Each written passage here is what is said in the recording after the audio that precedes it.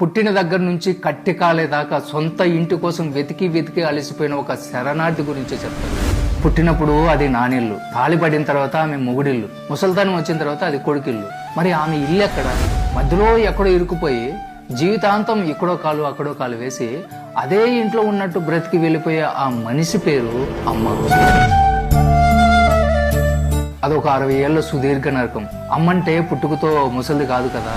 నీకు నాకు పరిచయం కాకముందు ఆవిడ కూడా ఆడపిల్లే. ఆమెకి గలగలా నవ్వాలని ఉంటది, రంగురంగుల బట్టలు వేసుకోవాలని ఉంటది, ఆమెకి ఒక ఆశయం కూడా ఉంటది. కానీ పెళ్లి అని ముడిపడిన తర్వాత ఆ అమ్మాయి చచ్చిపోతుంది. ఆ శవం మీద ఒక భార్య పుడుతుంది. ఆమె ఇంటి పేరు పోతుంది, గోత్రము మారిపోతుంది. చివరికి ఐడెంటిటీ కూడా భర్త పాదాల దగ్గర తాకట్టు పెడుతుంది. అప్పటిదాకా నా ఇష్టం అనుకున్న ఆడపిల్ల అప్పటి నుంచి ఆయన గారి ఇష్టం, అత్తగారి ఇష్టం అని బ్రతకడం మొదలు పెడుతుంది. భర్త కోపంతో విసుగులానే మాటలు, అత్తమామల సూటిపోటు మాటలు నిలువున కోస్తున్నా కూడా పల్లెత్తి మాట అనకుండా నవ్వుతూ విసాన్ని మింగే శివుడాను. జీతం అడగని పని మనిషి, సెలవు అడగని కూలి, పడక గదిలో భర్తకి అలసట తీర్చే ఒక బానిస. ఆ తర్వాత మనం పుట్టాం. ఆ రోజే ఆమె తన శరీరాన్ని మన పేరు మీద రాసిచ్చేసింది. నువ్వు కడుపులో పడగానే ఆవిడికి ఆకలి వేసినా కూడా తినలేదు, అనారోగ్యం వచ్చినా కూడా మందు వేసుకోలేదు. నిజం చెప్పాలంటే ఆమెని కొంచెం కొంచెం నమిలి తింటూ పెరిగిన నరమాంస భక్షకులం మనం పెరిగే కొద్దీ ఆమె ఆయుస్సు అమాంతం హారతి కర్పూరంలా తగ్గిపోతూ ఉంటుంది.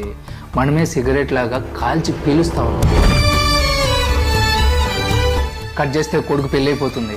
కొడుకే ప్రపంచం అని బ్రతికిన ఆవిడికి సడన్ గా ప్రపంచంలో చోటు తగ్గిపోతుంది. ఇంటికి కొత్త పెత్తనం వస్తుంది. ఎవరి కోసమైతే ఆమె తన యవ్వనాన్ని ఆరోగ్యాన్ని దారబోసిందో వాళ్ళే ఇప్పుడు నీకేం తెలియదమ్మా, నువ్వు కాస్త ఆగు అని నోరు మోయిస్తారు. ఆమెది చేదస్తమంటారు. చివరికి ఏమవుతుంది? ఈ ఇల్లు నాది అని ఆమె జీవితం మొత్తం అనుకుంది. కానీ ఆమె అదే ఇంట్లో ఒక గెస్ట్ లాగా మారిపోతుంది. దిక్కుమాలిన మందు బిళ్ళలు, హాస్పిటల్ వాసనలు, మొహం చాటేసిన భర్త, బిజీ అయిపోయిన కొడుకు విజుక్కునే పోవడం. చివరికి మంచం మీద పడిపోయిన తర్వాత ఆవిడికి చావు అంటే భయం ఉండదు. నేను ఎవరికీ బరువు కాకూడదు అన్న బాధ ఎక్కువగా ఉంటుంది. ఏ మంచం మీద అయితే నిన్ను కని పాలిచ్చిందో అదే మంచం మీద ఎండిపోయిన చర్మంతో, మసకబారిన చూపుతో ప్రాణం వదిలేస్తుంది. అది చావు అనుకుంటే పొరపాటు. ఆమె పడ్డ నరకానికి అది శాశ్వత విశ్రాంతి. పుట్టినప్పుడు కూతురుగా, యవ్వనంగా ఉన్నప్పుడు భార్యగా, ముసలితనంలో అమ్మల, ప్రతి దశలో ఎవరో ఒకరి కోసం తనని తాను చంపుకుని బ్రతికిన ఆమె నిజంగా ఆమెలాగే ఇప్పుడు బ్రతికింది. మనం రాసిచ్చిన ఆ దరిద్రమైన స్క్రిప్ట్ లో అద్భుతంగా నటించి చివరాఖరుకు చప్పట్లు కూడా దక్కించుకొని ఓడిపోయిన ఒక గొప్ప కళాకారిణి ఆమె.